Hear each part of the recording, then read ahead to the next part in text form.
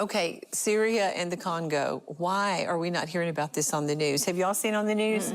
Like, no. 70 were beheaded on social media in Congo. I mean, we saw it on social media, but in Syria, horrible. What's happening to the Christians? Yes, in fact, this is unfortunately nothing new. You want to go even further back? What about the Sudan Holocaust? Yeah. Massive murder that's been going on for a long time. The Muslims just slaughtering Christian communities. Well, there was a regime change in Syria, and so now this new leader is trying to show his force or establish dominance, instill fear. Right, exactly, but specifically Christians. Yeah. Well, you go back to the scripture, Jesus, again, referring to the 7-year tribulation. We're not in there, but he's telling you what's going to be coming to the planet. And he clearly says, in that time, referring to the tribulation saints, those who get saved after the rapture, should have got saved today and avoid the whole thing.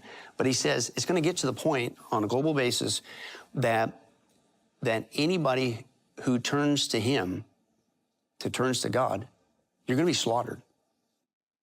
In fact, you see this in the first half of the 7-year tribulation with the 5th seal judgment. And it talks about those who are crying out for God's vengeance, to avenge their blood. In fact, it says there in the Greek, it's very pictorial. It's the Greek word sphadzo. And it's not just like a normal kill. It literally means to butcher, to slay up like an animal. When the Antichrist, he will not accept the worship of anybody else other than him. Mm-hmm. Zechariah 13 tells us he's going to slaughter 2/3 of the Jewish people. But anybody that turns to God during that time, it's going to be horrible. In fact, the Bible even says in Revelation 20 that one of the forms of capital punishment that's coming back is decapitation. Yeah. Right? And things of that nature. And so my point is, man, do we see any increase of people being callous, indifferent, don't even bring it up, the mass slaughter of people who turn to Christ? That's my point. You're seeing that already in place. Whole countries of people who are turning to Christ, Christians, they're being slaughtered. It doesn't even make the news. Okay, China. What is their involvement as far as AI and some of the other technologies going on? China is the test bed for the Antichrist kingdom, specifically the Big Brother Society, the cashless society, and that's been admitted on tape by Klaus Schwab for many, many years.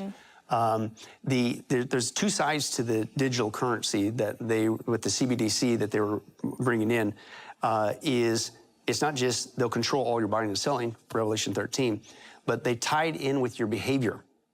It's called the social credit score system, right? And so basically, they tie a database of you being constantly monitored by Big Brother TV, everything you do, every single transaction. Yeah.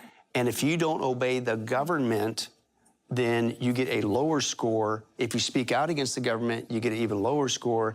They even have, I kid you, and this is already in place, they even have neighbors who are snitches.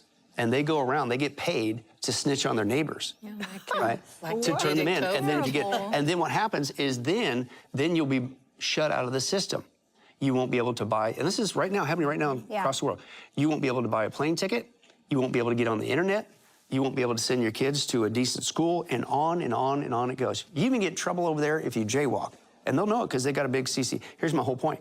That's the system that they've been, I call it the test bed, they've been running on a massive scale that they want to bring to the planet. Klaus says it all the time, the China model, the China model. We want to bring the China model. That's why he was elevating, even through Biden, China as fast as he can, because that was going to become the model for the planet. What do you think about Trump saying he wants America to be the Bitcoin capital of the world and, up until this point, the most crypto-friendly president we've ever seen? Well, for those who invested in Bitcoin, they're very happy, obviously. But my point is, at the end of the day, and I'm not saying Trump is doing that for these purposes, but I'm saying at the end of the day, it's still Bible prophecy related, because what is crypto? Cashless. See, bingo. It's still cashless. It's still cashless is the point. Which, that's what it would have to be for during the tribulation period. Thank you. Exactly. And so bare bones minimum, you went from one cashless to a different cashless, but it's still cashless.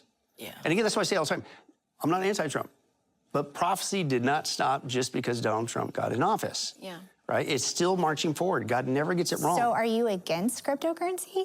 Well, if you go down the deep dive, there is some things that cryptocurrency can do that I'm concerned about. Yeah. And you look at the nature of cryptocurrency, and by nature of it, everything is stored on what's called the giant ledger. And it is a giant ledger because it's a ledger around the whole world. And it's permanently recorded. Bingo. So now imagine a system